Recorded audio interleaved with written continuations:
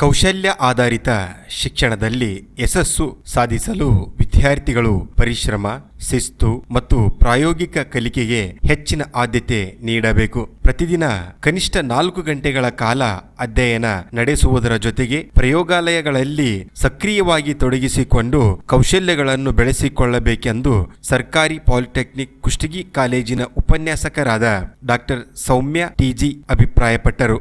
ನಗರದ ಸಿಕ್ಯಾಬ್ ಮಲಿಕ್ ಸಂದಲ್ ಪಾಲಿಟೆಕ್ನಿಕ್ ಕಾಲೇಜಿನಲ್ಲಿ ಪ್ರಥಮ ವರ್ಷದ ಡಿಪ್ಲೊಮಾ ವಿದ್ಯಾರ್ಥಿಗಳಿಗಾಗಿ ಆಯೋಜಿಸಲಾಗಿದ್ದ ಪರಿಚಯ ಕಾರ್ಯಕ್ರಮವು ವಿಜೃಂಭಣೆಯಿಂದ ಹಾಗೂ ಯಶಸ್ವಿಯಾಗಿ ನಡೆಯಿತು. ಕಾರ್ಯಕ್ರಮದಲ್ಲಿ ಮಾತನಾಡಿದ ಅವರು, ಡಿಪ್ಲೊಮಾ ಶಿಕ್ಷಣವು ಕೇವಲ ಪಠ್ಯಾಧಾರಿತ ಶಿಕ್ಷಣವಲ್ಲ, ಇದು ವಿದ್ಯಾರ್ಥಿಗಳಲ್ಲಿ ತಾಂತ್ರಿಕ ಜ್ಞಾನ, ಕೌಶಲ್ಯ ಹಾಗೂ ವೃತ್ತಿಪರ ಸಾಮರ್ಥ್ಯವನ್ನು ಬೆಳೆಸುವ ಶಿಕ್ಷಣ ವ್ಯವಸ್ಥೆಯಾಗಿದೆ ಎಂದು ಹೇಳಿದರು.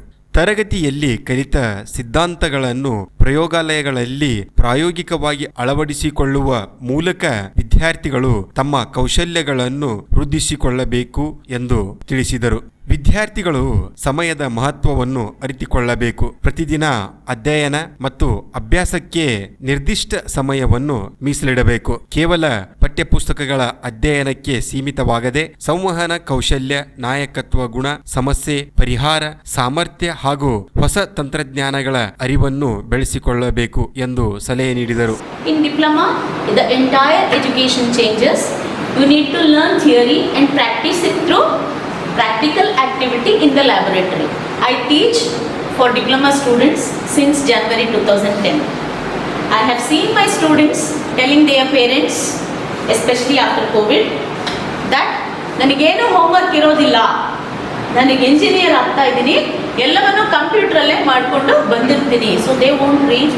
ಈ ವೇಳೆ ವಿದ್ಯಾರ್ಥಿಗಳಿಗೆ ಮಣ್ಣಿನ ಉಂಡೆ ಉದಾಹರಣೆ ನೀಡಿದ ಅವರು, ಒಬ್ಬ ಶಿಕ್ಷಕ ಮಕ್ಕಳಿಗೆ ಮಣ್ಣಿನ ಉಂಡೆಯನ್ನು ನೀಡಿ ಇದರಲ್ಲಿ ನಿಮ್ಮ ಕಲೆಯನ್ನು ತೋರಿಸಿ ಎಂದು ಹೇಳಿದಾಗ ಪ್ರತಿಯೊಬ್ಬ ವಿದ್ಯಾರ್ಥಿಯು ತನ್ನ ಕಲ್ಪನೆ ಮತ್ತು ಪ್ರತಿಭೆಗೆ ಅನುಗುಣವಾಗಿ ಅದನ್ನು ವಿಭಿನ್ನ ರೂಪದಲ್ಲಿ ರೂಪಿಸುತ್ತಾನೆ. ಮಣ್ಣಿನ ಉಂಡೆ ತನ್ನಿಂದ ತಾನೇ ಯಾವುದೇ ರೂಪ ಪಡೆಯುವುದಿಲ್ಲ. ಅದನ್ನು ಹೇಗೆ ರೂಪಿಸಲಾಗುತ್ತದೆಯೋ ಅದರ ಮೌಲ್ಯವೂ ಅದೇ ರೀತಿಯಾಗಿರುತ್ತದೆ. ವಿದ್ಯಾರ್ಥಿಗಳು ಸಹ ಮಣ್ಣಿನ ಉಂಡೆಯಂತೆಯೇ ಇದ್ದು ತಮ್ಮ ಪರಿಶ್ರಮ, ಶಿಸ್ತು, ಜ್ಞಾನ ಮತ್ತು ಕೌಶಲ್ಯಗಳ ಮೂಲಕ ತಮ್ಮ ಭವಿಷ್ಯವನ್ನು ತಾವೇ ರೂಪಿಸಿಕೊಳ್ಳಬೇಕೆಂದು ಹೇಳಿದರು.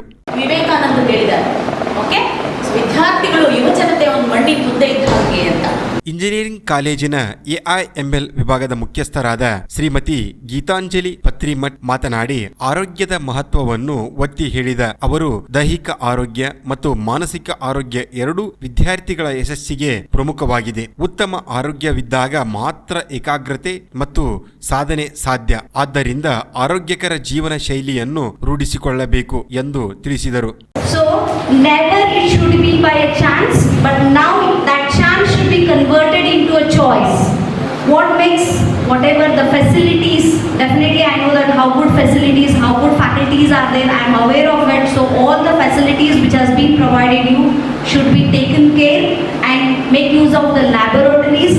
Make dirty with your hands in the laboratories. ಕಾಲೇಜಿನಲ್ಲಿ ಲಭ್ಯವಿರುವ ಪ್ರಯೋಗಾಲಯ, ಗ್ರಂಥಾಲಯ ಹಾಗೂ ಇತರ ಸೌಲಭ್ಯಗಳನ್ನು ವಿದ್ಯಾರ್ಥಿಗಳು ಸದುಪಯೋಗಪಡಿಸಿಕೊಳ್ಳಬೇಕು. ಹೆಚ್ಚಿನ ಸಮಯವನ್ನು ಪ್ರಯೋಗಾಲಯಗಳಲ್ಲಿ ಕಳೆಯುವ ಮೂಲಕ ಪ್ರಾಯೋಗಿಕ ಜ್ಞಾನವನ್ನು ಪಡೆದುಕೊಳ್ಳಬೇಕು. ಯಾವುದೇ ವಿಷಯವನ್ನು ಕಲಿಯುವಾಗ ಏಕೆ ಮತ್ತು ಹೇಗೆ ಎಂಬ ಪ್ರಶ್ನೆಗಳನ್ನು ಕೇಳಿಕೊಳ್ಳುವ ಅಭ್ಯಾಸ ಬೆಳೆಸಿಕೊಳ್ಳಬೇಕು ಎಂದು ಸಲಹೆ ನೀಡಿದರು. ಮೊಬೈಲ್ ಫೋನ್ಗಳನ್ನು ಶಿಕ್ಷಣ ಮತ್ತು ಜ್ಞಾನಾರ್ಜನೆಗೆ ಪೂರಕ ಸಾಧನಗಳಾಗಿ ಬಳಸಿಕೊಳ್ಳಬೇಕು. ಸಾಮಾಜಿಕ ಜಾಲತಾಣಗಳಲ್ಲಿ ಸಮಯ ವ್ಯರ್ಥ ಮಾಡುವ ಬದಲು ತಂತ್ರಜ್ಞಾನವನ್ನು ಕಲಿಕೆ ಮತ್ತು ಸಂಶೋಧನೆಗಾಗಿ ಬಳಸಿಕೊಳ್ಳಬೇಕು ಎಂದು ವಿದ್ಯಾರ್ಥಿಗಳಿಗೆ ಕಿವಿಮಾತು ಹೇಳಿದರು. Use mobiles, but in a right way.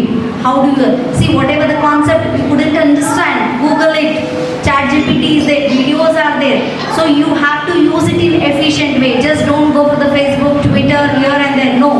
ಕಾರ್ಯಕ್ರಮ ಆರಂಭದಲ್ಲಿ ಪವಿತ್ರ ಖುರಾನ್ ಪಠಣವನ್ನ ಸಿಎಸ್ ವಿಭಾಗದ ವಿದ್ಯಾರ್ಥಿನಿ ಬುಷ್ರಾ ನೆರವೇರಿಸಿದರು. ಬಸವಣ್ಣನವರ ವಚನವನ್ನು ಎಲೆಕ್ಟ್ರಿಕಲ್ ಮತ್ತು ಎಲೆಕ್ಟ್ರಾನಿಕ್ಸ್ ಇಂಜಿನಿಯರಿಂಗ್ ವಿಭಾಗದ ಮುಖ್ಯಸ್ಥರಾದ ಶ್ರೀಮತಿ ವೈಷ್ಣವಿ ವಾಚಿಸಿದರು. ಸ್ವಾಗತ ಭಾಷಣವನ್ನು ಕಂಪ್ಯೂಟರ್ ಸೈನ್ಸ್ ಇಂಜಿನಿಯರಿಂಗ್ ವಿಭಾಗದ ಮುಖ್ಯಸ್ಥರಾದ ಶ್ರೀಮತಿ ಫರ್ಹದ್ ಶಹಾಪುರ್ ನೆರವೇರಿಸಿದರು. ಕಾರ್ಯಕ್ರಮದ ಆರಂಭಿಕ ಭಾಷಣವನ್ನು ಶ್ರೀ ಬಿಎಸ್ ಥೋರತ್ ಮಾಡಿದರು.